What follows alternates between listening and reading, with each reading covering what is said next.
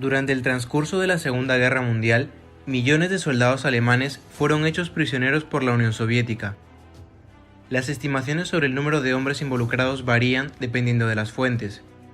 Por una parte, las fuentes soviéticas citan aproximadamente 2.4 millones de prisioneros alemanes, mientras que las cifras alemanas estiman que se tomaron poco más de 3.5 millones de hombres.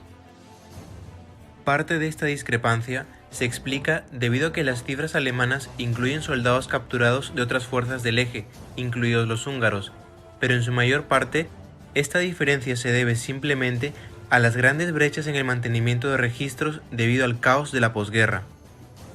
El día de hoy veremos sobre qué pasó con los soldados alemanes y japoneses que fueron cautivos en la Unión Soviética. La captura a gran escala de soldados alemanes por parte de la Unión Soviética comenzó con el cerco y la derrota de Alemania en Stalingrado, y continuó a buen ritmo hasta la derrota final de Alemania en 1945. Los soldados alemanes sabían de antemano que las condiciones en el cautiverio soviético serían duras, en el mejor de los casos, y siempre que fuera posible, optarían por rendirse a los aliados occidentales, donde el cautiverio sería mejor, de acuerdo a lo consignado en las convenciones de Ginebra. Sin embargo, los aliados occidentales, en aras de mantener relaciones de trabajo cordiales mientras la guerra todavía se libraba y con la esperanza de evitar el conflicto directo una vez que Alemania fuera derrotada, entregaron a los soviéticos miles de prisioneros de guerra alemanes. Menos conocida para nosotros era la situación del prisionero de guerra en Asia Oriental, cuando Japón se rindió. La Unión Soviética había declarado la guerra a Japón en los últimos días de la guerra en Asia, sin prever la repentina rendición de Japón a raíz de los ataques atómicos en Hiroshima y Nagasaki. Entre 500.000 y 1 millón de soldados japoneses fueron hechos prisioneros por la Unión Soviética cuando el Ejército Rojo ocupó Manchuria, Corea, las Islas Kuriles y la isla de Sajalín. Esto pone quizás hasta 4,5 millones de prisioneros de guerra en manos de la Unión Soviética. Ahora, con estos datos, surgen las siguientes preguntas. ¿Cómo fueron tratados? ¿Cómo eran sus condiciones de vida? ¿Y qué hicieron como prisioneros? Comencemos describiendo rápidamente en dónde, geográficamente, se establecieron los prisioneros de guerra. La mayoría de los prisioneros japoneses permanecieron en Siberia y el lejano oriente ruso, mientras que los prisioneros de guerra alemanes se mantuvieron en la Rusia europea y en los montes Urales. Esta no es una información vital, pero podría ayudar a orientarnos mientras hablamos de varias ubicaciones geográficas específicas. Los prisioneros alemanes y japoneses fueron utilizados como fuente de trabajo gratuito para la Unión Soviética. Los japoneses, por ejemplo, estuvieron muy involucrados en la construcción de grandes proyectos de infraestructura. Además, construyeron nuevos proyectos de vivienda e instalaciones industriales en lugares como Irkutsk, Khabarovsk, Vladivostok y Tashkent. Fueron también una parte vital de la construcción de la línea principal Baikal-Amur, una línea ferroviaria que corría paralela a la línea transiberiana, pero más al norte, lejos de la frontera china. Según las cifras soviéticas, el 26% de los prisioneros de guerra japoneses fueron enviados a trabajar a las industrias forestales, el 23.5% en la minería, incluida la región del Donbass en la Ucrania soviética, el 12.2% en el trabajo agrícola, y un poco más del 16% en la industria pesada y proyectos de construcción industrial y civil. Estas cifras llegan a tener sentido cuando se considera el subdesarrollo relativo de la Rusia asiática. Mientras tanto, ¿qué estaba pasando en la Rusia europea con los prisioneros de guerra alemanes? Citando al ministro de Asuntos Exteriores soviético, Vyacheslav Molotov, este dijo que los prisioneros de guerra alemanes permanecerán en la Unión Soviética hasta que se reconstruya Stalingrado.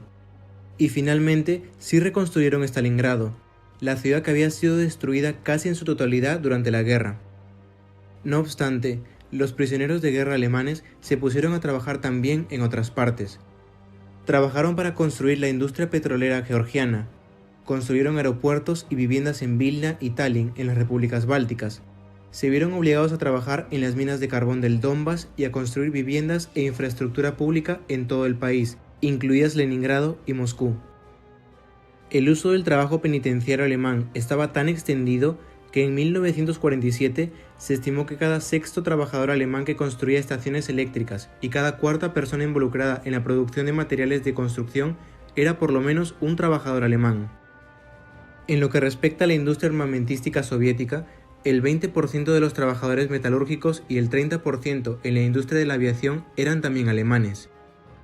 La experiencia industrial alemana se estaba utilizando para impulsar la industria de armas soviética, mientras que, al mismo tiempo, los científicos alemanes capturados se pusieron a trabajar en los programas de cohetes nucleares y balísticos soviéticos. Ahora que ya tenemos una idea de dónde estaban estos prisioneros de guerra y qué estaban haciendo en general, hablemos ahora de cómo era su vida diaria. En resumen, las condiciones eran horribles.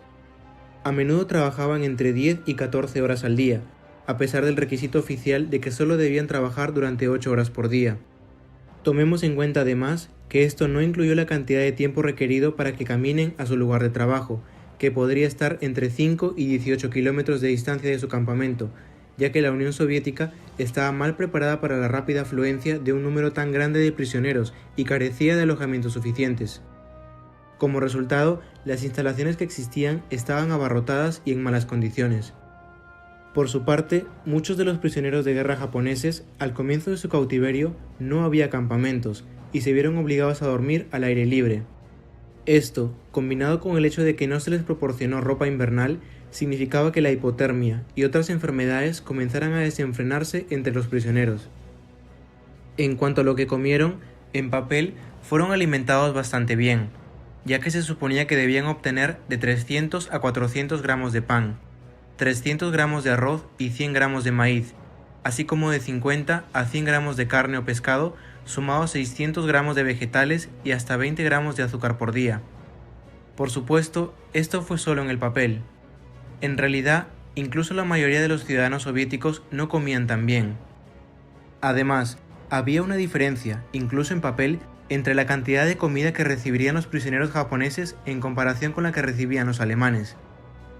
Al final del día, la diferencia en el trato soviético hacia los alemanes y japoneses puede ser más marcada en el número de muertes de los prisioneros de guerra. Las fuentes soviéticas afirman que hubo aproximadamente 350.000 muertes de prisioneros alemanes, de un total de 2.4 millones, aproximadamente un 15%. Las fuentes alemanas, por su parte, afirman un número de muertos alrededor de 1.3 millones, de 3.5 millones de prisioneros, más o menos un 37%. Ahora, comparemos esto con la tasa de mortalidad entre los prisioneros de guerra japoneses. Según las cifras soviéticas, entre 560.000 y 760.000 soldados japoneses fueron hechos prisioneros en la Unión Soviética, de los cuales entre 60.000 y 300.000 murieron en el cautiverio. En síntesis, estas cifras están directamente relacionadas con el trato general que los prisioneros recibieron a manos de los soldados soviéticos. Por supuesto, los soviéticos aprovecharon también la oportunidad tratando de adoctrinarlos y convertirlos en activos para servir al Estado soviético en el futuro. Incluso a principios de 1943, estos programas de adoctrinamiento comenzaron con la creación del Comité Nacional para una Alemania Libre, en la ciudad de Krasnogorsk, encabezada por el poeta alemán y comunista Erich Weinert, así como por otros oficiales alemanes que habían sido hechos prisioneros. Al mismo tiempo, se estableció la Unión de Oficiales Alemanes, cuyo objetivo era llevar a cabo campañas de propaganda antifascista entre los prisioneros alemanes.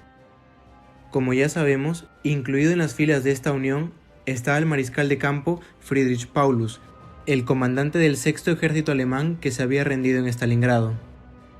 La Unión de Oficiales Alemanes rápidamente aceptó los objetivos del Comité para una Alemania Libre y pronto se vio absorbida por él. Este comité fue además una pieza clave en el establecimiento del gobierno de la República Democrática Alemana y especialmente de sus fuerzas armadas. Los prisioneros de guerra participaron en escuelas antifascistas y recibieron literatura prosoviética y por defecto anticapitalista. Se llevaron a cabo clases de reeducación en todos los campos, dirigidas por los departamentos políticos que también estaban en cada campo. Al final, el adoctrinamiento en sí mismo no condujo a resultados significativos entre la mayoría de los prisioneros, aunque más del 70% de estos participaron en dichas clases de reeducación ideológica, pero muchos solo lo hicieron para aprovechar las mejores raciones de alimentos, reducir las horas de trabajo, la capacidad de enviar más cartas a casa e incluso la oportunidad de una repatriación más temprana. Para aquellos prisioneros que tomaron las clases en serio, podrían ser enviados para más capacitación ideológica en centros más grandes en Moscú, Khabarovsk, Krasnoyarsk y otras grandes ciudades. Estos prisioneros luego regresaron a los campos para actuar como instructores ideológicos y después de su liberación se esperaba que actuaran en interés del socialismo una vez que regresaran a casa. ¿Qué tan efectivo fue esto realmente? Aunque hubo algunos casos registrados de prisioneros de guerra japoneses cantando la internacional en los barcos que navegaban a casa, en su mayor parte parecería que la mayoría de los prisioneros eran bastante indiferentes a la propaganda. Los activistas fueron investigados a fondo en su regreso a casa y finalmente proporcionaron muy poca ayuda real a la Unión Soviética. Llegando ya al final, hablemos ahora sobre la repatriación. En resumen, la repatriación fue un proceso largo y a menudo doloroso para los prisioneros alemanes, pero para 1947 ya estaba en marcha. Los primeros en ser liberados y enviados a casa fueron los más débiles y enfermos, los que a fin de cuentas no estaban en condiciones de trabajar. Según una carta de Molotov a Stalin escrita en 1947, hasta 800.000 prisioneros de guerra alemanes ya habían sido enviados de regreso a Alemania, y en 1949, cuando se creó la República Democrática Alemana, solo quedaban aproximadamente 85.000 prisioneros de guerra en los campos soviéticos. Estos prisioneros restantes habían sido en su mayoría condenados como criminales de guerra. Algunos de estos eran soldados de las SS, que fueron condenados a largas penas de trabajo, algunas de hasta 25 años. No fue hasta la intervención en el año 56 del canciller de Alemania Occidental, Konrad Adenauer, que el último de esos condenados fue repatriado. En cuanto a los prisioneros de guerra japoneses, la repatriación comenzó en 1946, cuando casi 20.000 prisioneros fueron liberados. Esto siguió con nuevas repatriaciones año tras año, con la mayoría de ellos enviados a casa entre 1947 y 1949. Sin embargo, los últimos prisioneros de guerra japoneses no fueron enviados a casa hasta el año 56, cuando finalmente se firmó un acuerdo entre la Unión Soviética y Japón, con respecto al fin real de la guerra entre ambas naciones.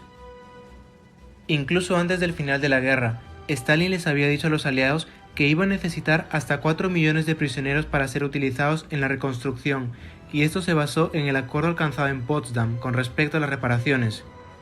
La mano de obra barata, casi gratuita, que proporcionaron estos prisioneros fue fundamental para la reconstrucción de la economía soviética y el avance de la tecnología científica, mientras la nación perseguía su objetivo de ser una superpotencia global.